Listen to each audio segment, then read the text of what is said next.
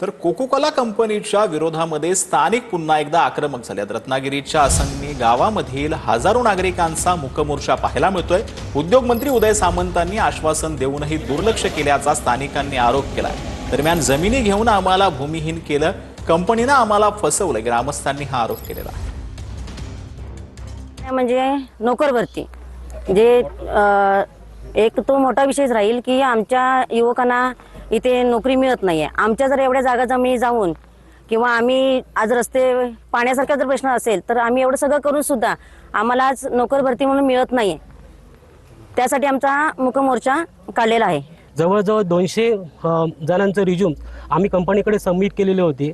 फक्त कंपनीने आम्हाला आश्वासन दिलं होतं की फक्त आम्ही भूमिपुत्रांना तुम्हाला घेणार, अशा प्रकारचं आश्वासन वेळोवेळी झालेल्या मीटिंगमध्ये दिलं गेलं होतं।